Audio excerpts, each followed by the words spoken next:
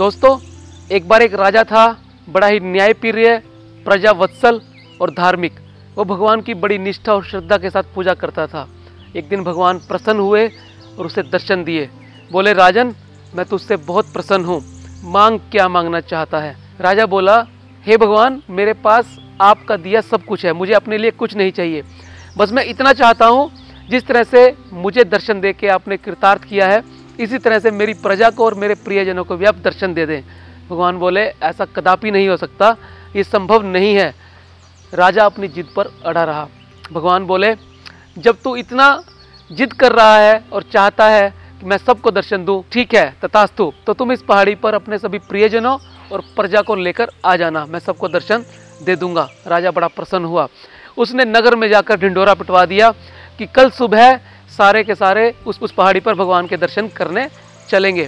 दोस्तों, अगले दिन सुबह राजा अपनी पत्नी के साथ, सभी मित्रों के साथ, मंत्रिमंडल के साथ और पूरी प्रजा के साथ उस पहाड़ी पर भगवान के दर्शन करने के लिए चल पड़े। जैसे ही वो आगे बढ़े, रास्ते में एक तरफ तांबे के सिक्कों का ढेर लगा हुआ था।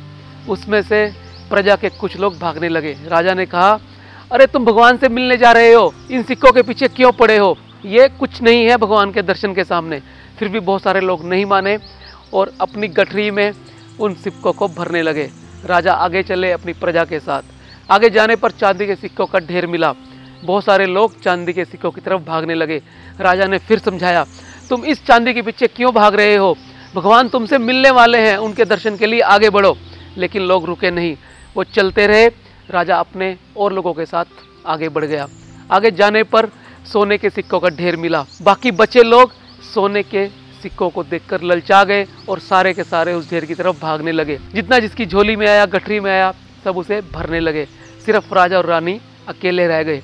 राजा रानी को बोले, देखा रानी, कितने लोग लालची हैं और बेवकूफ़ हैं, उन्हें भगवान के दर्शन का मतलब ही नहीं पता। इन संसारिक वस्तुओं के पीछे भागकर वह भगवान के दर्शन से विच्युत हो जाएंगे। रानी बोली, हाँ राजन, ये तो आप सही कह रहे हैं। जैसे ही राजा और रानी आगे बढ़े, थोड़ी दूर जाने के बाद हीरो का एक ढेर आगे आया। रानी भी उसे देखकर मोहित हो गई और हीरो को अपनी झोली में भरने के लिए भाग पड़ी। राजा अकेले रह गए और राजा अकेले ही आगे बढ़ गए। पर्वत पर जैसे ही वो पहुंचे, भगवान साक्षात खड़े थे और मुस्कुरा रहे थे।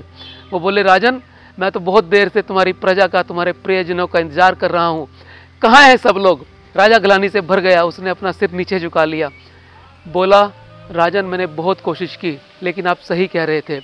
भगवान बोले, जब तक लोग इस मोह माया में फंसे हुए हैं, मुझे मन से, रूह से नहीं भजेंगे, नहीं चाहेंगे, तब तक मैं उन्हें नहीं मिल सकता।